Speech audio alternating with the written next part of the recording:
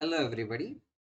ఈ video సీరీస్‌లో ITI industrial training ఇన్‌స్టిట్యూట్‌కి సంబంధించినటువంటి మెకానిక్ డీజిల్ ట్రేడ్‌లో ఏవైతే ఎంసీక్యూస్ అంటే మల్టిపుల్ చాయిస్ క్వెషన్స్ ఉన్నాయో వాటన్నిటిని డిస్కషన్ చేయడం జరుగుతుంది. సో, ఆ ఎగ్జామ్స్ వచ్చేసి 2 పార్ట్స్ ఉంటాయి. ఒకటి వచ్చేసి ట్రేడ్ ప్రాక్టికల్, ఇంకొకటి వచ్చేసి సీబీటీ ఎగ్జామ్ ఉంటుంది. సీబీటీ అంటే computer based test. So, trade practical వచ్చేసి మనకు హాల్ టికెట్‌లు ఏదైతే ఎగ్జామ్ సెంటర్ ఇస్తారో ఆ ఎగ్జామ్ సెంటర్ రాయాల్సి ఉంటుంది. మోస్ట్‌లీ ఏ ఇన్‌స్టిట్యూట్‌కి ఆ ఇన్‌స్టిట్యూట్‌కే ఇచ్చేస్తున్నారు trade practical. And CBT exam. CBT exam వచ్చేసి మనకు overall marks 150 marks. Trade practical వచ్చేసి మనకు 250 మార్క్స్‌కి. ఇంకంటే రిమైనింగ్ 200 మార్క్స్. ఆ 200 మార్క్స్ వచ్చేసి ఫార్మాట్ అసెస్మెంట్ కింద మీ ఇన్‌స్ట్రక్టర్స్ ఎవరైతే ఉంటారో వాళ్ళు ఇవ్వడం జరుగుతుంది. సో, ఇప్పుడు ఈ ఎంటైర్ థింగ్ మనం ఏంటంటే సీబీటీ ఎగ్జామ్. ఈ సీబీటీ ఎగ్జామ్‌లో ఏమేమి ఉంటాయి? ఆ క్వెషన్ ప్యాటర్న్ ఒకసారి చూద్దాం. సీబీటీ ఎగ్జామ్‌లో మనకు మేజర్‌గా 2 సెక్షన్స్ ఉంటాయి. ఒకటి ట్రేడ్ టెక్నాలజీ, ఇంకొకటొచ్చేసి ఎంప్లాయబిలిటీ స్కిల్. ట్రేడ్ టెక్నాలజీలో వచ్చేసి మీరు ఏదైతే డెసిగ్నేటెడ్ కోర్స్ ఉంటుందో, ఆ డెసిగ్నేటెడ్ కోర్స్. ఇక్కడ మనం మెకానిక్ డీజిల్ గురించి చెప్తున్నాం కాబట్టి, మెకానిక్ డీజిల్ యొక్క ట్రేడ్ థియరీ సిలబస్‌కి సంబంధించినటువంటి క్వెషన్స్ ఉంటాయి. దాంతో పాటు engineering drawing and last and final workshop calculations. ఇక్కడ మనకు మొత్తం 3 సబ్జెక్ట్స్ కలిసి మనకు ట్రేడ్ టెక్నాలజీలో క్వెషన్స్ అడగడం జరుగుతుంది. ఈ 3 సబ్జెక్టులు కలిపి మనకు ఓవరాల్‌గా 100 మార్కులకి క్వెషన్స్.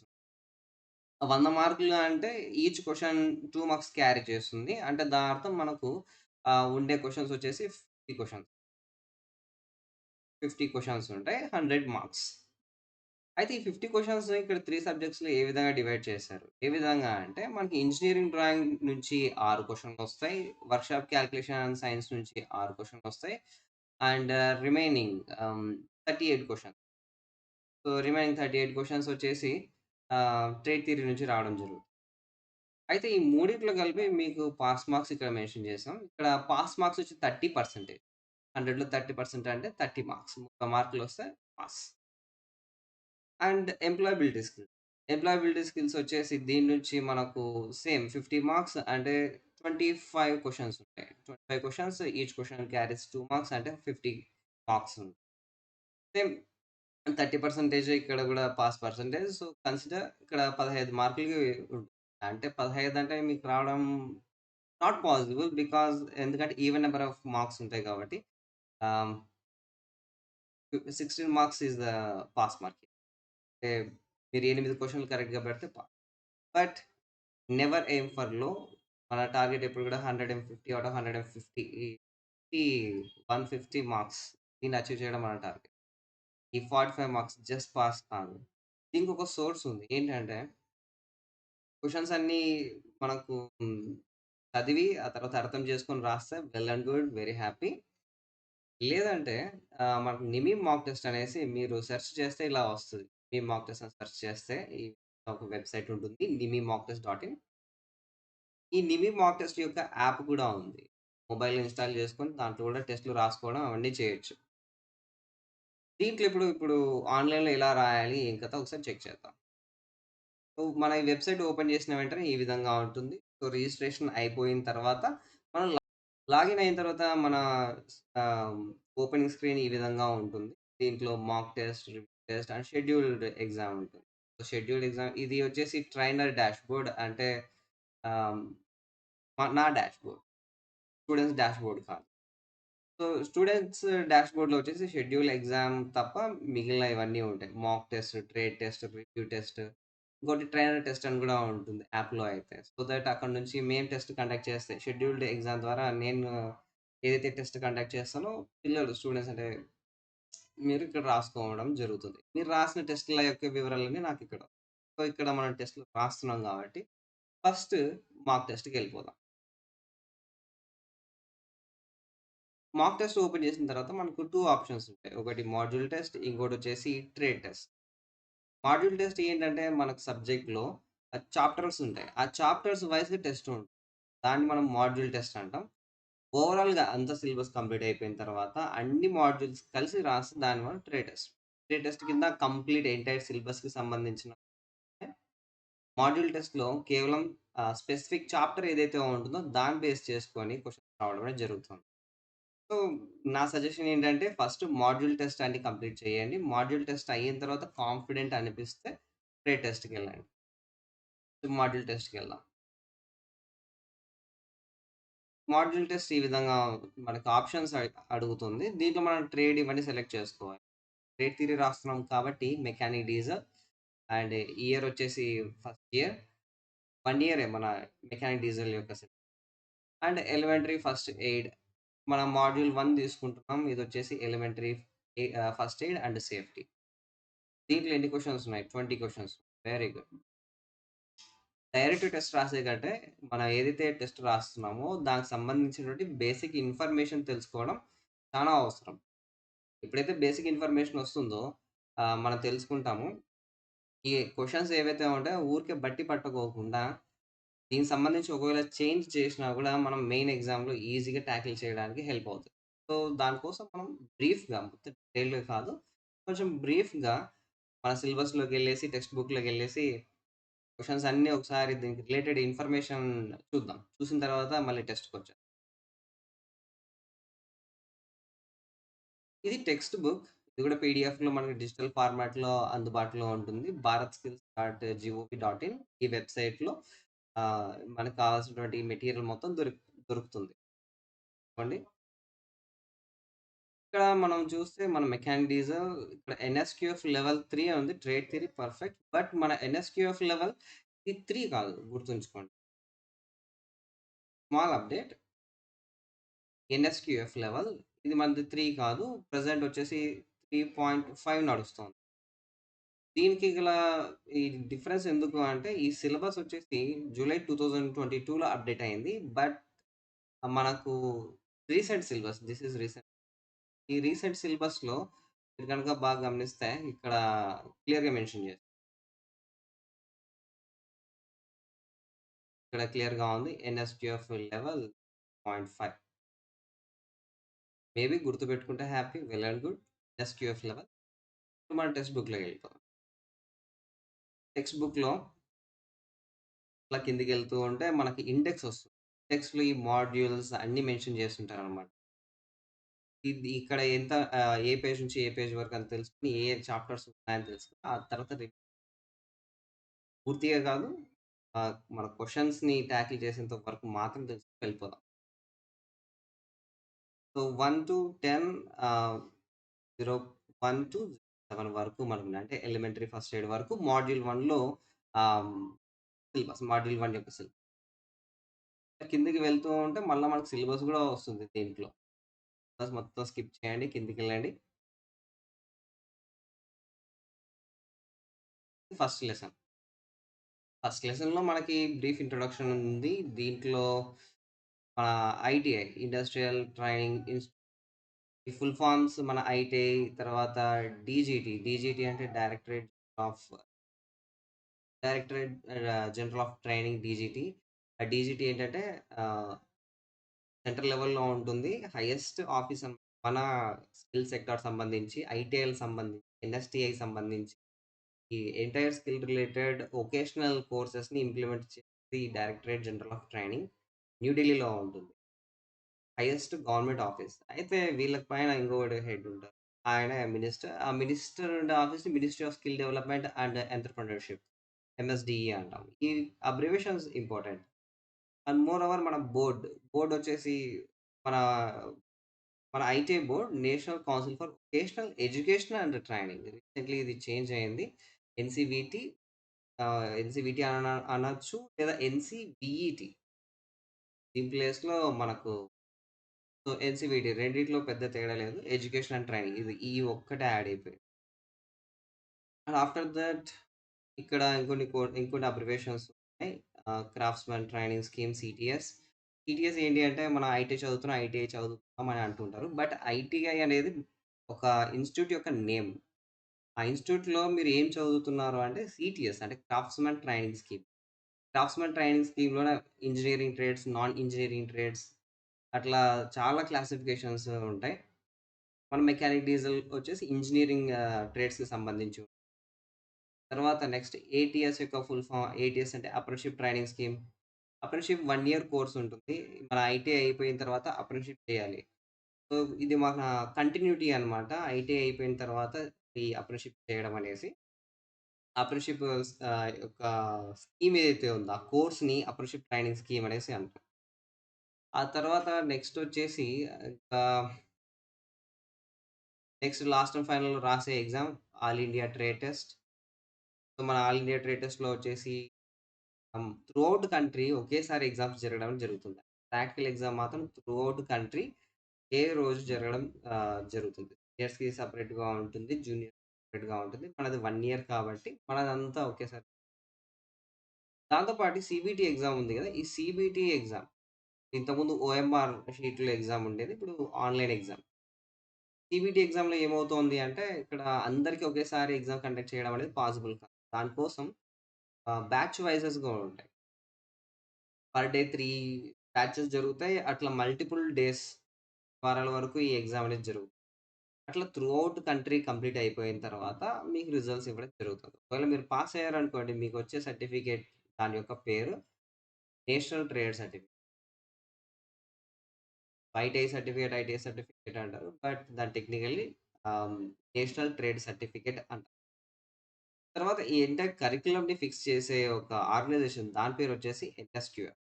ఈ ఎన్ఎస్‌క్యూఎఫ్ ఇందాక చూసాం కదా! లెవెల్ 3 అనేసి ఉంది. మనది 3.5 టెక్నిక్ కరెక్ట్‌లీ.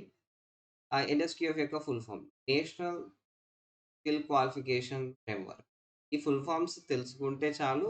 అంత డీప్‌గా పోవాల్సిన అవసరం కూడా లేదు. ఎన్ఎస్‌క్యూఎఫ్ ఇవన్నీ. ఎందుకంటే డైరెక్ట్‌గా క్వెషన్స్ అడిగే ఛాన్సెస్ తక్కువ. బట్ అడిగినా కూడా ఈజీయే. దీంతో పాటు ఇంకా కొన్ని ఉన్నాయి. మీకు సేమ్ ఈ సిలబస్‌లో లాస్ట్‌లో ఉంటాయి. ఈ లాస్ట్‌లో సో, ఇంట్రెస్ట్ క్యాండిడేట్స్ ఎవరైతే ఉంటారో ఇక్కడ వరకు గుర్తుపెట్టుకోండి చాలు.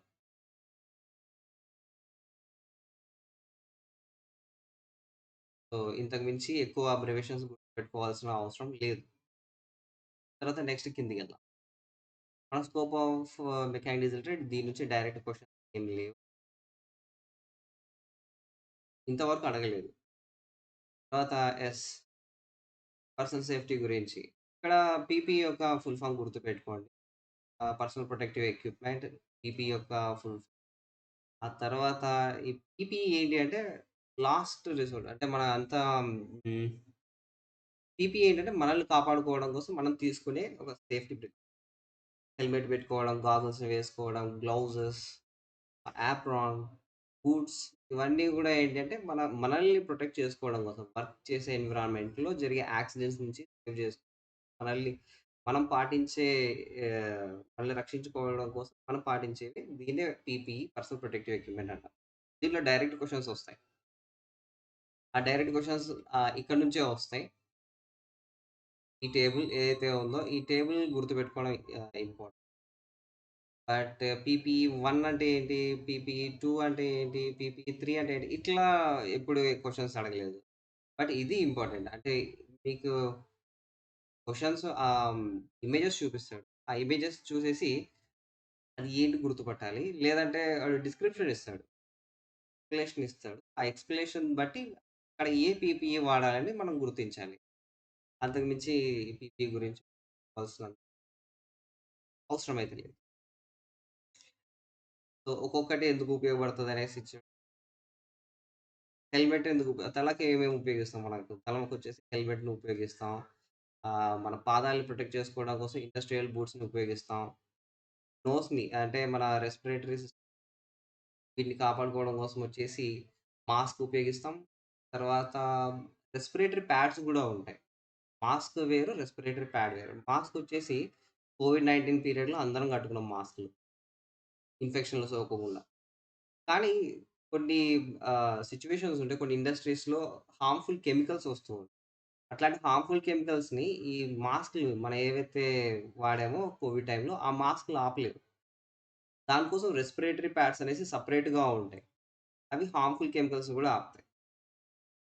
తర్వాత ఆహ్, head protection hand protection. Hand protection మన చేతికి వాడే గ్లౌజెస్. ఈ గ్లౌజెస్‌లో చాలా టైప్స్ ఉంటాయి. కొన్ని ప్లాస్టిక్‌వి ఉంటాయి, రబ్బరు ఉంటాయి, కాటన్‌వి ఉంటాయి. తర్వాత లెదర్‌వి గూడా ఉంటాయి. ఒక్కొక్క దానికి ఒక్కొక్కటి వాడాలి. షార్ప్ ఆబ్జెక్ట్స్ మాత్రం ఏవైతే చాలా షార్ప్‌గా ఉంటాయి గదా! ఆబ్జెక్ట్స్ వాటిని లిఫ్ట్ చేసే టైంలో మాత్రం మనం లెదర్ గ్లౌస్‌ని వాడాలి కంపల్సరీ. ఒకవేళ లెదర్ గ్లౌస్ వాడలేదు అంటే ఏమవుతది? ఆ షార్ప్‌గా ఉంటాయి గదా! ఎడ్జెస్ మన చేతిలో దిగిపోతాయి. దిగిపోయి రక్తం కారిపోద్ది. మరి రబ్బరు ఇవన్నీ వాడితే సరిపోతుంది గదా! అనేసి అది షార్ప్ ఆబ్జెక్ట్స్ మిగిలినటువంటివి అంటే రబ్బరు, ప్లాస్టిక్ వీటిని ఈజీగా కట్ చేస్తది. లెదర్‌ని కట్ చేయడం అంత ఈజీ గాదు. అది. తర్వాత నెక్స్టొచ్చేసి ఐ ప్రొటెక్షన్. కళ్ళకి మనం ఏం ఉపయోగిస్తాం? గాగల్స్‌ని ఉపయోగిస్తాం. గాగల్స్ వేరు, తర్వాత సన్ గ్లాసెస్ వేరు. మనోళ్ళు అద్దాలు మామూలు అద్దాలు కొనుక్కుంటారు. అవే ఐ ప్రొటెక్షన్‌కి సరిపోతాయి అనుకుంటారు. But industrial purpose, industrial point of view మనం గాగల్స్ వాడాలి. గాగల్స్ దేనికి అంటే గాగల్స్ ఫస్ట్ ఆఫ్ ఆల్ ఎలా ఉంటాయంటే మన సన్ గ్లాసెస్ లాగా పల్చగా ఉండవు. కొంచెం థిక్‌గా ఉంటాయి. సో దట్ ఏవైతే మనం వర్క్ చేస్తూ ఉంటామో ఇప్పుడేమైనా హార్డ్ ఆబ్జెక్ట్స్, షార్ప్‌గా ఉన్నటువంటి ఆబ్జెక్ట్స్, పాయింటెడ్ ఆబ్జెక్ట్స్ అవి అంటే ఎగిరొచ్చి మన కంట్లో పడి మనల్ని కంటిని డ్యామేజ్ చేయకోకుండా థిక్‌గా ఉంటాయి. అవి తర్వాత వెల్డింగ్ చేసేటప్పుడు గాగల్స్ ఉపయోగిస్తాం. ఈ గాగల్స్ మన ఐస్‌ని ప్రొటెక్ట్ చేసుకోవడానికి అండ్ ఫేస్‌ని ప్రొటెక్ట్ చేసుకోవడానికి ఒక షీల్డ్ ఉంటుంది. Face shield. ఆ షీల్డ్ ఉపయోగించాలి. ఇయర్ ప్రొటెక్షన్ కోసం మనం వాడాల్సినవి ఇయర్ ప్లగ్స్. ఇయర్ ప్లగ్స్‌ని వాడాలి. And body protection. బాడీకొచ్చేసి ఈ హార్డ్ పార్టికల్స్ ఎప్పుడైతే వెల్డింగ్ గాని ఇట్లా చేస్తుంటాం, లేదంటే మెటల్ కట్ చేస్తూ ఉంటాం. ఆహ్, అట్లాంటి పీరియడ్స్‌లో అట్లాంటి సమయంలో మనం లెదర్ యాప్రాన్స్‌ని ఉపయోగించాలి. సేమ్ థింగ్ ఇక్కడ ఇమేజ్ ఇస్తాడు. అది ఏంటో చెప్పాలి. ఇదొచ్చేసి హెల్మెట్ ఫినిష్. తర్వాత నెక్స్ట్ ఇదొచ్చేసి ఇండస్ట్రియల్ సేఫ్టీ బూట్. తర్వాత ఇక్కడ ఇతను వాడుతున్నాడు గదా! దీన్ని మనం రెస్పిరేటరీ ప్యాడ్ అంటాం. ఓకే. రెస్పిరేటరీ ప్యాడ్ ఇక్కడ ఉంది. తర్వాత గాగల్స్ గూడా ఉన్నాయి. తర్వాత next gloves, goggles just direct image చూడాలా. ఇమేజ్ చూసి అది ఏంటో గుర్తుపడితే చాలు. Direct question. Hand screen, welding helmet, next యాప్రాన్‌లో మళ్ళీ టైప్స్ ఉంటాయి. లెదర్ యాప్రాన్, తర్వాత కాటన్ యాప్రాన్, ఇంకా కన్‌స్ట్రక్షన్‌లో వేరే ఫీల్డ్‌లో ఇంకో రకమైన యాప్రాన్స్ ఉంటాయి. ఈ యాప్రాన్స్. అండ్ ఇది ఫుల్ సూట్ అన్నమాట. ఓకే. నెక్స్ట్ ఇంక నెక్స్ట్ ఇక్కడొచ్చేసి జనరల్ సేఫ్టీ గురించి, ఆ తర్వాత ఇంజిన్ ఇంజిన్ దగ్గర మనం ఎలాంటి సేఫ్టీ వాడాలి అనేసి మొత్తం ఇవ్వడం అనేది జరిగింది. బట్ దీని నుంచయితే డైరెక్ట్‌గా మనకు ఎటువంటి క్వెషన్ రాలేదు. బట్ ఒకసారి ఎప్పుడైతే ఇంజిన్ ఉంటుందో, ఇంజిన్‌లో మనం పాటించాల్సినది ఏంటి? ఆల్ ఇక్కడ కూలెంట్ సర్క్యులేషన్ సరిగ్గా ఉందా? నెక్స్ట్ ఆయిల్ ప్రెషర్ సరిగ్గా ఉందా? ఆయిల్ లెవెల్ కరెక్ట్‌గా ఉందా? లేదంటే ఆయిల్ లేకోకుండా ఇంజిన్ నడపకూడదు. ఇది దాని నెక్స్ట్ రబ్బర్ హోస్ పైప్స్. ఏం లేదు. లీకేజెస్ అప్పుడప్పుడు అయితూ ఉంటాయి. మనం చూసుకుంటూ ఉంటాం. లీకేజెస్ అయినప్పుడు మార్చేయాలి. ఇక్కడ ఈ పాయింట్ చూడండి. వితౌట్ లూబ్రికేట్ అంటే ఇంజిన్ ఆయిల్ లేకోకుండా మనం ఓహ్, మన మెషిన్‌ని స్టార్ట్ చేయకూడదు. పెట్టేయండి. ఈ ఎంటైర్ పాయింట్స్ చాలా చాలా ఇంపార్టెంట్. ఒకసారి స్క్రీన్‌షాట్ తీసో లేదంటే టెక్స్ట్ బుక్ ఓపెన్ చేసైనా ఒకసారి రివైజ్ చేస్తే బెటర్. నెక్స్ట్ కిందకెళ్దాం. Next 5 method. ఈ 5 మెథడ్ అంటే ఫస్ట్ మనకు గుర్తుకు రావాల్సినది productivity.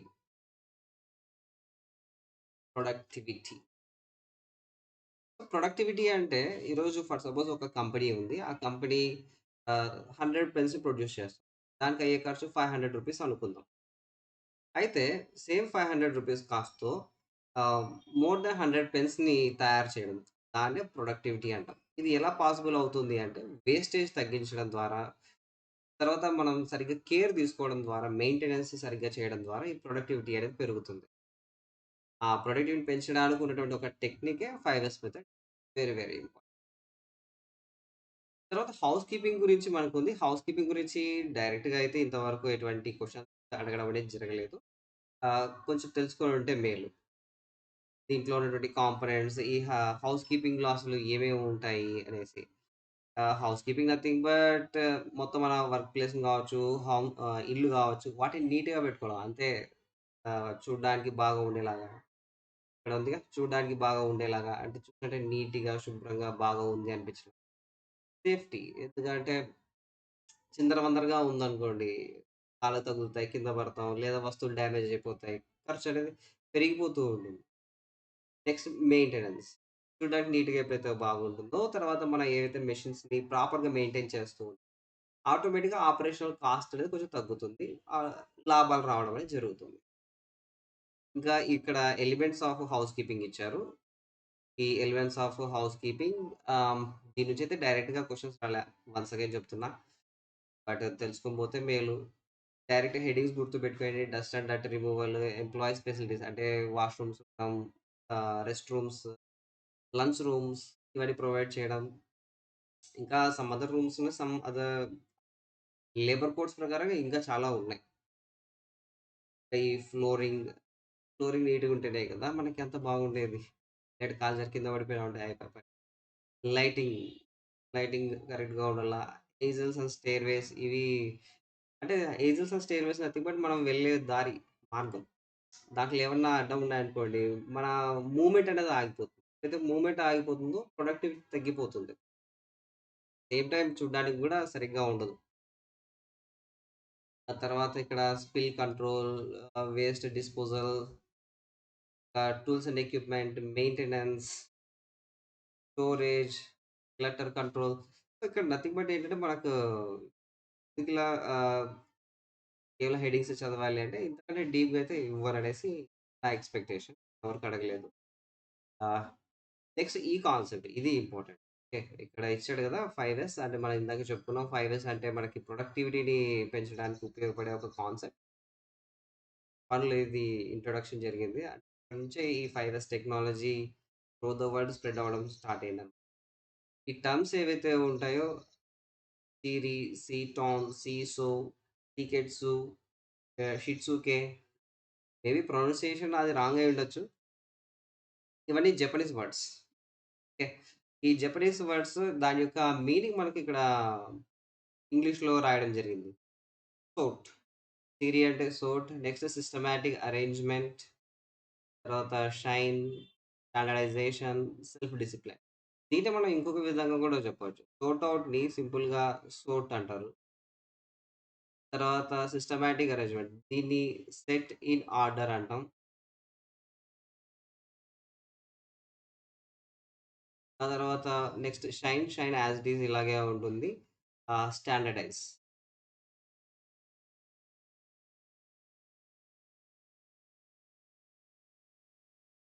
And last and final దీన్ని సస్టైన్ అంటాం.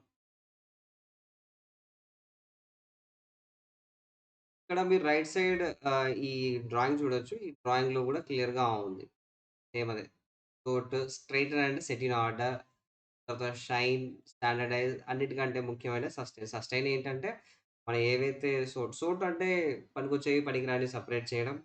సెట్ ఇన్ ఆర్డర్ అంటే పనికొచ్చేవి వాటన్నిటిని ఒక క్రమ పద్ధతిలో అరేంజ్ చేయడం. పనికిరాని వాటిని కూడా ఒక క్రమ పద్ధతిలో అరేంజ్ చేయడం.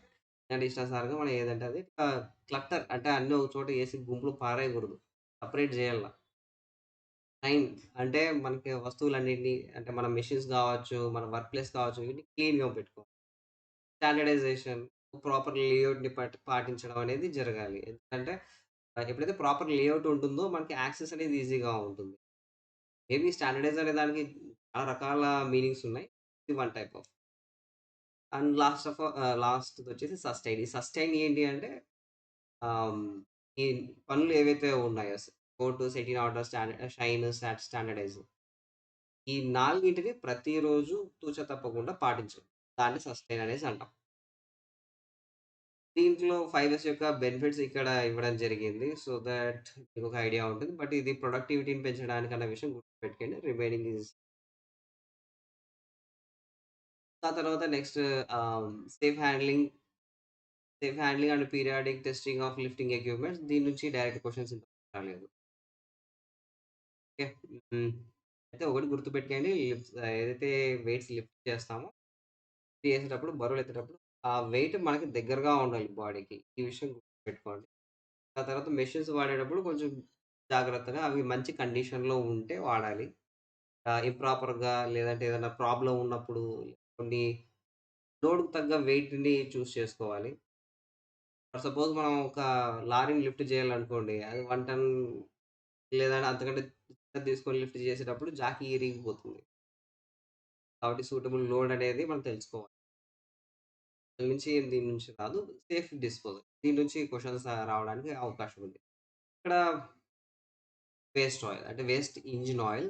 మన ఇంజిన్ ఆయిల్‌ని పీరియాడికల్‌గా మనం మారుస్తూ ఏదైతే రిమూవ్ చేస్తామో దాన్ని వేస్ట్ ఆయిల్ అంటాం. ఈ వేస్ట్ ఆయిల్ వచ్చేసి పర్యావరణాన్ని డ్యామేజ్ చేస్తుంది. Harmful to the environment. అందుకే దీన్ని అట్ సరైన పద్ధతిలో డిస్పోజ్ చేయాలి.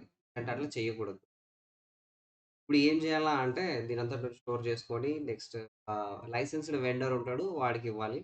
లేదంటే దీన్ని మల్టిపుల్ పర్పస్‌కి మనం యూజ్ చేయొచ్చు. ఇప్పుడు కన్‌స్ట్రక్షన్ కూడా ఎక్కువగా దీన్ని ఉపయోగిస్తూ ఉంటాం ఆయిల్‌ని. అదొక బెనిఫిట్. అంతకు మించి మనం ఈ వేస్ట్ ఆయిల్‌ని ఎలా డిస్పోజ్ చేయాలనేసి ఈ ఎంటైర్ క్లాస్‌లో, ఎంటైర్ చాప్టర్‌లో తెలుసుకోవాల్సిన అవసరం ఎగ్జామ్ పర్పస్. ఎగ్జామ్ పర్పస్ ఈ వేస్ట్ ఆయిల్ అని ఎప్పుడైతే ఉంటుందో అది వాతావరణాన్ని డ్యామేజ్ చేస్తుందనేది గుర్తుపెట్టుకోండి. ఆ తర్వాత దీన్ని లైసెన్స్‌డ్ వెండర్‌కి మనం ఇవ్వాలి. సో దట్ వాడు రీసైకిల్ చేసుకోవచ్చు. మనం ఏం చేస్తాం మన లోకల్ మెకానిక్స్ వాళ్ళు కన్‌స్ట్రక్షన్‌కి సెంటరింగ్ వర్క్‌లకి దానికి ఇవ్వడం అనేది జరుగుతుంది. సో, మేబీ ఆ క్వెషన్ రాదు. లైసెన్స్‌డ్ వెండర్‌కి ఇవ్వడం అనే క్వెషన్ మాత్రమే వస్తది. Lubricating transformer. ఇక్కడ ఈ విషయం గుర్తుపెట్టుకోండి. ట్రాన్స్‌ఫార్మర్ ఆయిల్ ఉంది గదా! ఇదొచ్చేసి insulator.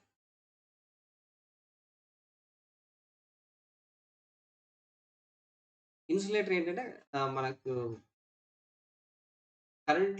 ఎలక్ట్రిసిటీలో conductor, semi conductor, insulator అని 3 ఉంటాయి. కండక్టర్ అంటే కరెంట్‌ని ప్రవాహం చేసేది.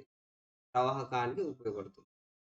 ఆ తర్వాత సెమీ కండక్టర్ ఏంటంటే దీంట్లో ఆహ్, కరెంట్ అనేది అంత ఎఫిషియెంట్‌గా మూవ్ అవ్వదు. ఇన్సులేటర్ ఏంటంటే దీంట్లో కరెంట్ అసలు ఎలక్ట్రిసిటీ పాస్ అవ్వదు.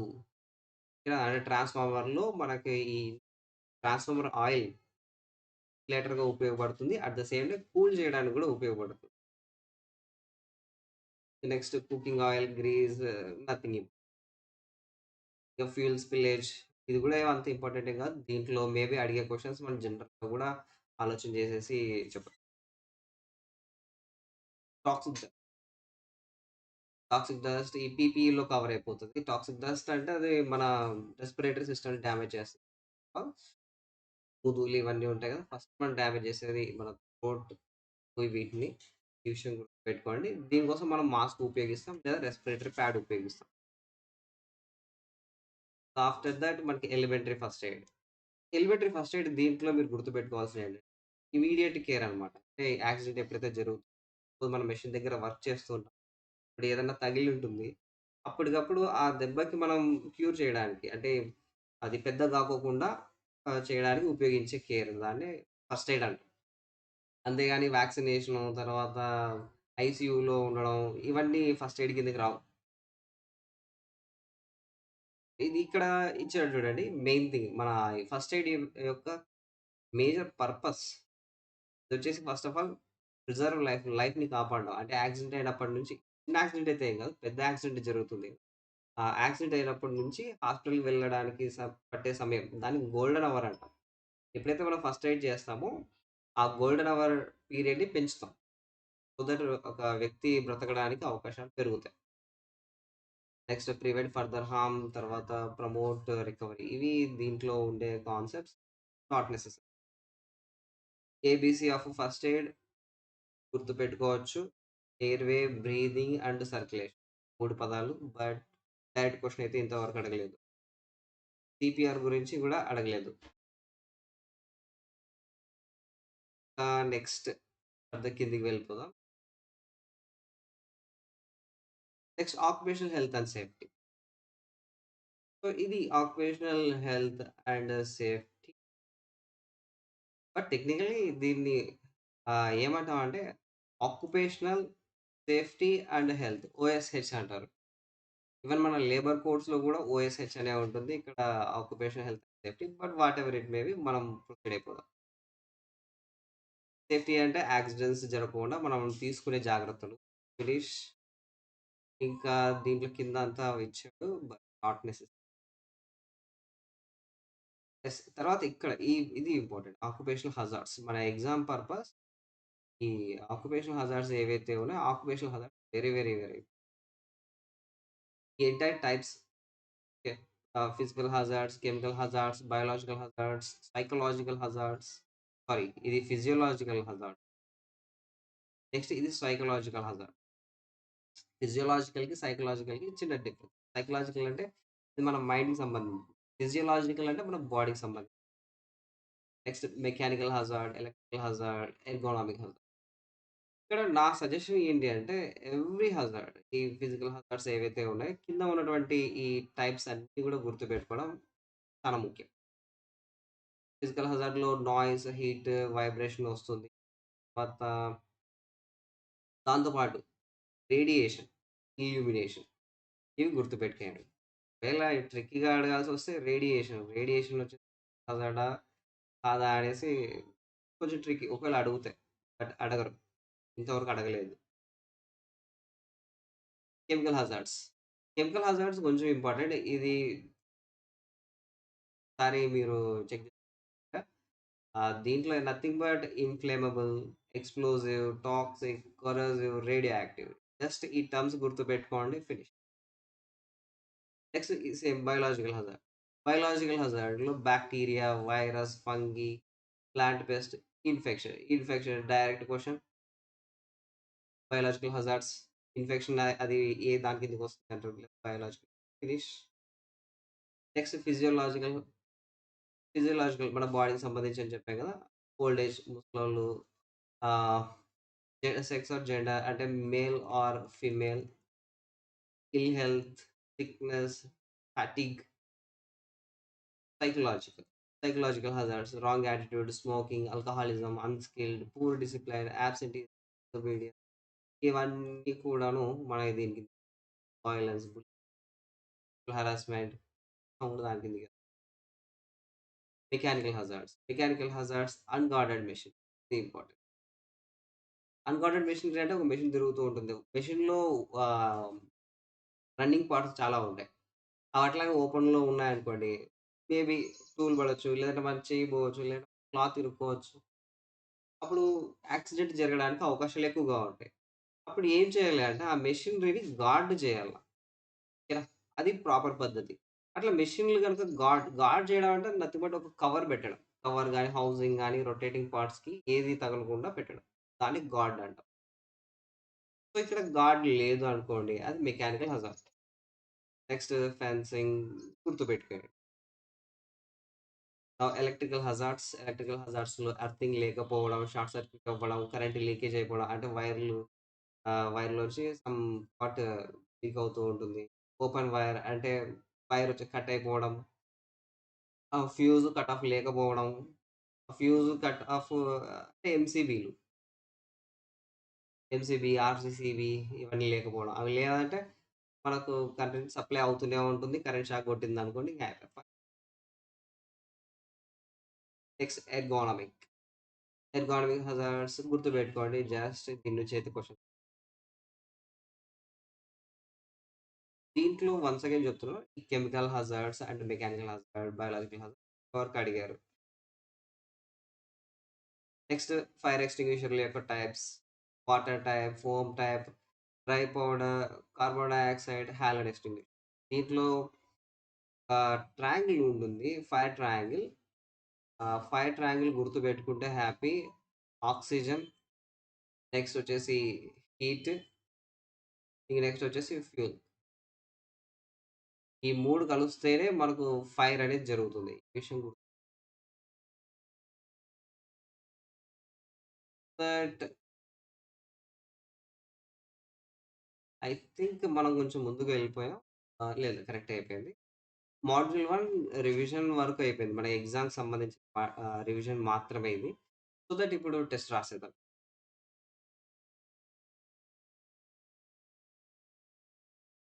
So mechanical diesel first year module 1 20. Next.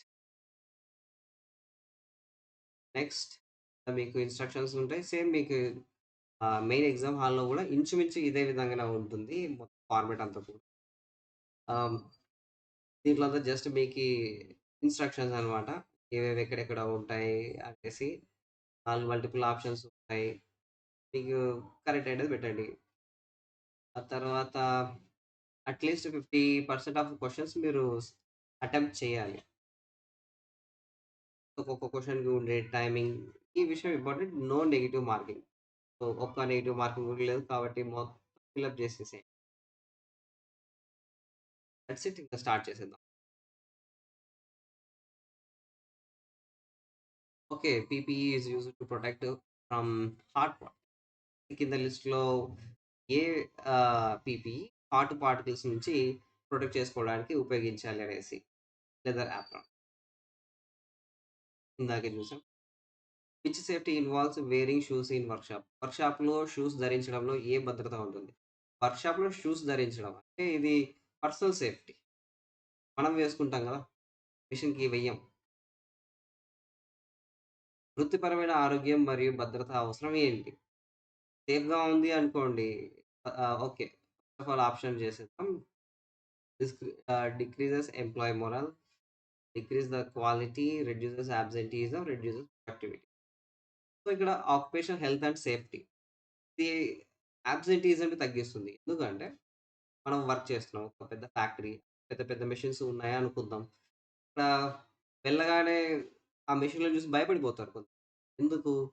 Accident జరుగుతుందేమో, ఏమన్నా అవ్వచ్చునేమో అనేసి ముందే ఆడ భయపడిపోతారు.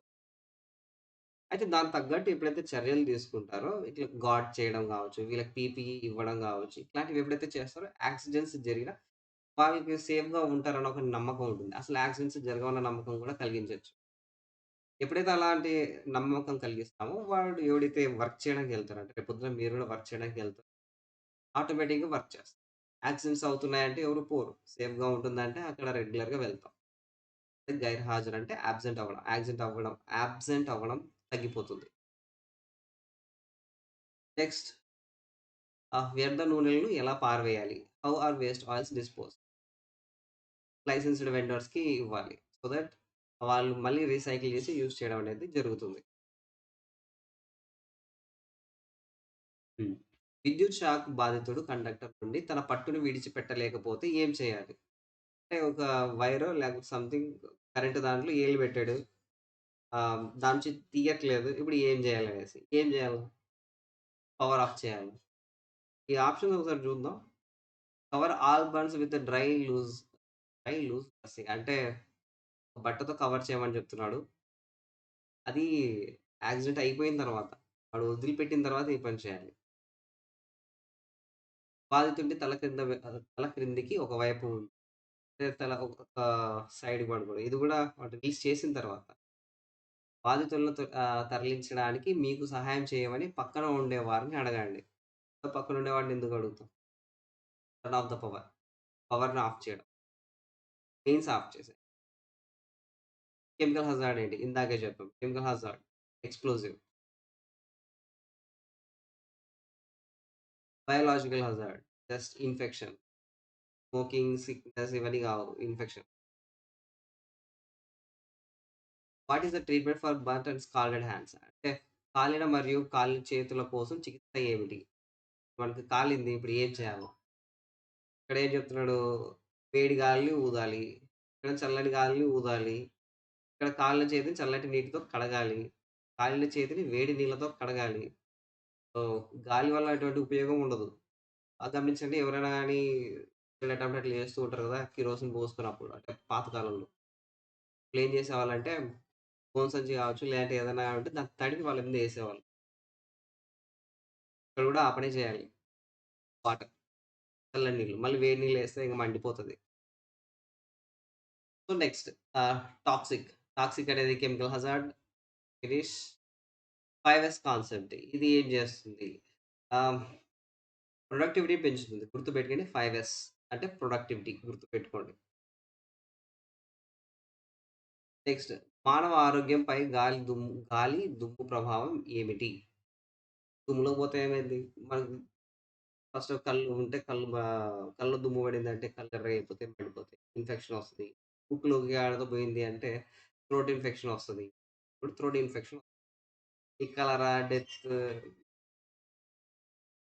తుమ్మి పీల్చుకుంటే చచ్చిపోయేది ఇప్పటికైతే లేదు ప్రెజెంట్. ఆ బీపీ పెరగడం ఇది side effect. But main thing కాదు. Which PPE is used for noise protection? ముక్కు రక్షణ కోసం ఏ పీపీఈ ఉపయోగిస్తాం? మన ముక్కు లేదా శ్వాస ఈ రెస్పిరేటరీ సిస్టమ్ దీన్ని ప్రొటెక్ట్ చేసుకోవడానికి ఉపయోగించేది మాస్క్. ఇష్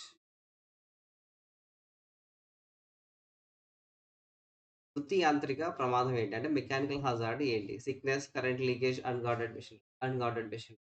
next which PPE is used to prevent toxic fumes? విషపూరిత పొగలను నిరోధించడానికి ఏ పీపీఈ ఉపయోగపడుతుంది?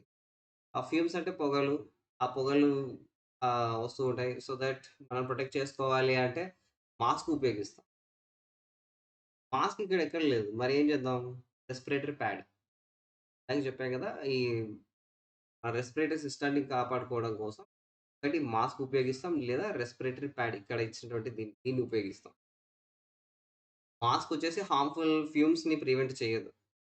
దానికి కొంచెం కెపాసిటీ తక్కువ. రెస్పిరేటరీ ప్యాడ్‌తో పోలిస్తే. Next when this part of the body bleeds profusely it is considered serious and needs professional attention. శరీరంలోని ఏ భాగం విపరీతంగా రక్తస్రావం అయినప్పుడు అది తీవ్రమైనదిగా పరిగణించబడుతుంది మరియు వృత్తిపరమైన శ్రద్ధ అవసరం. దీంట్లో వచ్చేసి కాళ్ళ దగ్గర అంటే నథింగ్ బట్ సింపుల్ చెప్తా. మన పార్ట్‌లో కట్ అయిన తర్వాత ఏ పార్ట్ కట్ అయిన తర్వాత అక్కడి నుంచి రక్తం ఎక్కువ కారుతూ ఉంటే దానికి ఎక్కువ అటెన్షన్ ఇవ్వాలి. అంటే ఎక్కువ ఇంట్రెస్ట్ చూపించాలి అని చెప్తున్నారు. దీంట్లో వచ్చేసి మణికట్టు. మణికట్టు మనకిక్కడ ఉంటాయి గదా! నరాలుంటాయి. ఈ నరాల్లో వచ్చేసి దీన్ని బ్లడ్ కెనాల్స్ అని గూడా అంటాం. చాలా ఎక్కువ బ్లడ్‌ని ట్రాన్స్‌ఫర్ చేస్తూ ఉంటాయి మన బాడీకి. ఇవి కట్ అయిపోయాయనుకోండి, బ్లడ్ హ్యాపీగా ఎళ్ళిపోయినట్లే గేట్లెత్తేసినట్లు. కాబట్టి కట్ అవ్వకుండా చూసుకో.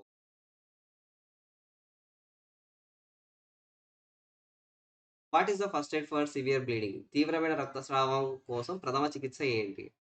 ఓకే. అంటే ఇప్పుడు తెగిన తర్వాత ఇప్పుడు ఏం చేయాల?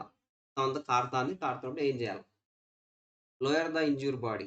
గాయపడ్డ శరీరాన్ని తగ్గించండి. తగ్గించండి కాదా అంటే కొంచెం కిందికి పెట్టండి అంటున్నాడు. అంటే దానివల్ల ఇంకా రక్తం ఎక్కువ కారిపోతుంది. ఎప్పుడైనా గాని ఫర్ సపోజ్ కట్ అయిందనుకో కింద పెట్టకూడదు. ఇంక పైకి పెట్టాల. Apply pressure to the body ఇది correct. Next apply hot water వేడి నీళ్ళు పోస్తే ఇంగా మండుతది. Rubbing with alcohol. ఇది ట్రీట్మెంట్ చేసేటప్పుడు డాక్టర్‌లు ఏస్తారు. ఫస్ట్ ఎయిడ్‌లో మాత్రం కారుతుందంటే గట్టిగా పెట్టాలి. బ్యాండేడ్ ఎయడమో ఏవో ఒకటి వేసి చేసేయాలి. What is the aim of first aid? First aid యొక్క ఉద్దేశ్యం ఏంటి? వ్యాక్సినేషన్. వ్యాక్సినేషన్ అంటే కోవిడ్ టైమ్‌లో మనకి టీకాలు పొడిచినారు కదా!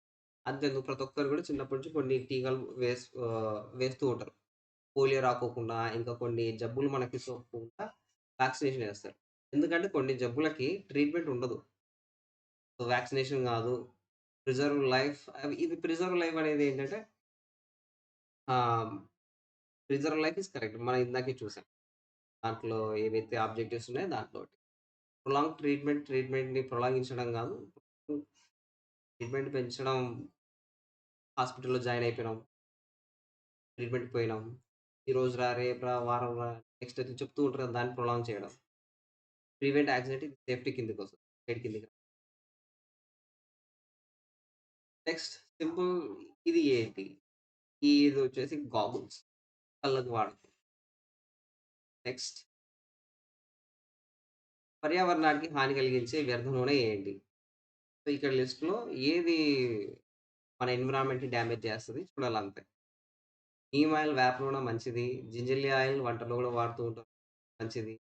యూజ్డ్ ఇంజిన్ ఆయిల్ ఇది వాతావరణాన్ని డ్యామేజ్ చేస్తది. కోకోనట్ ఆయిల్ చెప్పాల్సిన పని లేదు. Next which type of personal protection is recommended to handle the loads with rough surfaces and pointed projections? కఠినమైన ఉపరితలాలు మరియు పాయింటెడ్ ప్రొజెక్షన్‌లతో లోడ్‌లను నిర్వహించడానికి ఏ రకమైన వ్యక్తిగత రక్షణ సిఫార్సు చేయబడుతుంది?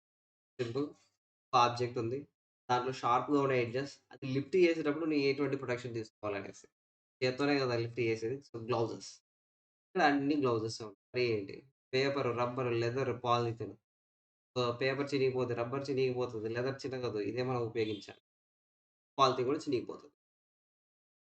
సబ్మిట్ చేద్దాం. అన్నీ అయిపోయాక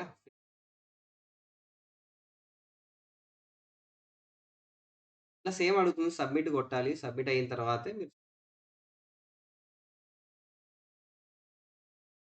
నో మిస్టేక్.